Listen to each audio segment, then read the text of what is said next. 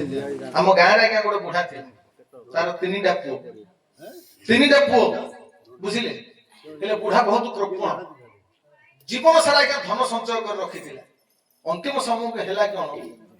तुंदपाटी पड़गला कथबार्ता कर मझी घरे गोटे खटे शुई दी तीन पुओ बहु भाग बांटिक समय दौरान बुढ़ा सेवा करने दिनकर घटना आज्ञा कौन ना बड़ पुओ बो आइले आइला पर बुढ़ा तर तुंद फुटुनी बुझिल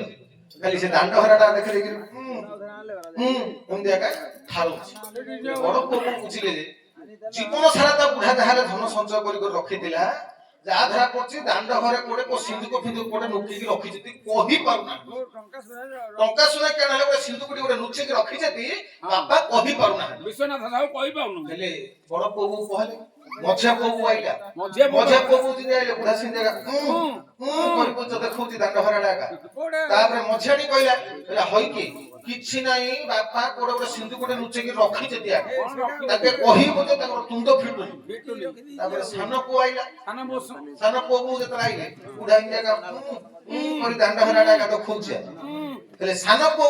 बो हेले कहला हई कि किछि नाही बापा जीवन सारा खट्टी खट्टी रखिचंती कोड हेले कोंडा हेले पोतिकी रखिचे दिया इमिति गोटे काम करन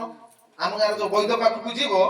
आ किमिति हेले केते टका नोच न ओसुके आन बापा मर के तुमटा फिटी जीवो खाली कहि देबे एटा कि सेठी सिंधु गुडा पोती रखिचंती पास हमर काम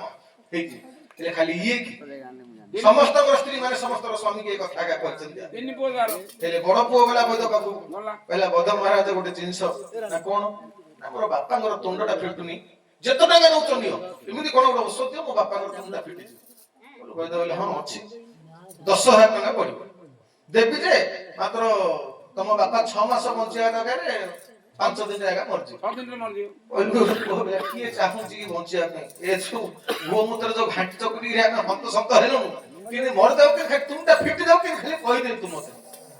10,000 देबी बड़ पुआ आला तापर मझा पुआ देकी पहुंच गला वैद्य महाराज गोटे काम अछि ना कोन ना एमिति कोन गोटे औषध दियो मो बापा घर तुमटा फिटी दियो